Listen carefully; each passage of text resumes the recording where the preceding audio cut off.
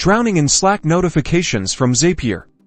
Let's turn that digital deluge into a manageable stream with these simple steps. First, let's dive into your Slack channel, where Zapier notifications are popping up. Identify the channel that's become a little too lively. Next, click on the channel name at the top, then select Integrations. This is where you'll find the apps connected to this specific channel, including Zapier.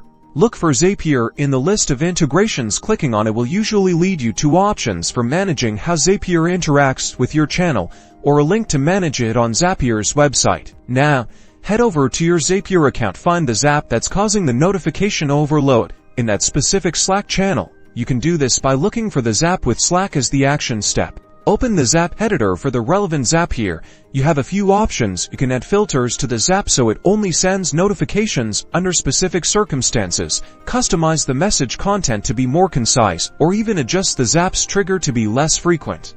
If you need a complete break, the easiest method is to simply turn the Zap off. Toggle the switch at the top of the Zap editor to the off position. This will immediately stop all notifications from that Zap. And that's it. By managing your Zapier integrations in Slack and adjusting your Zaps, you can keep your channels clear and focused, reclaiming your productivity. Don't forget to subscribe for more productivity tips.